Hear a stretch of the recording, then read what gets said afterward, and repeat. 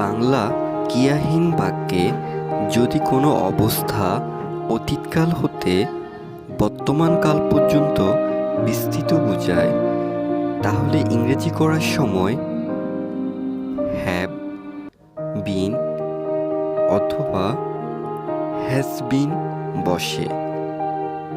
বাংলা ক্রিয়াহীন বাক্যে যদি কোনো অবস্থা অতীতকাল হতে বর্তমানকাল পর্যন্ত বিস্তৃত বোঝায়, তাহলে ইংরেজি করার সময় হ্যাভ বিন অথবা হ্যাজ বিন বসে। সে 2 দিন যাবৎ অসুস্থ। He has been ill for 2 days। তারা রোববার হতে অনুপস্থিত। They have been absent since Sunday last. 2 ঘন্টা যাবৎ প্রবল বৃষ্টি হচ্ছে। It has been raining heavily for 2 hours।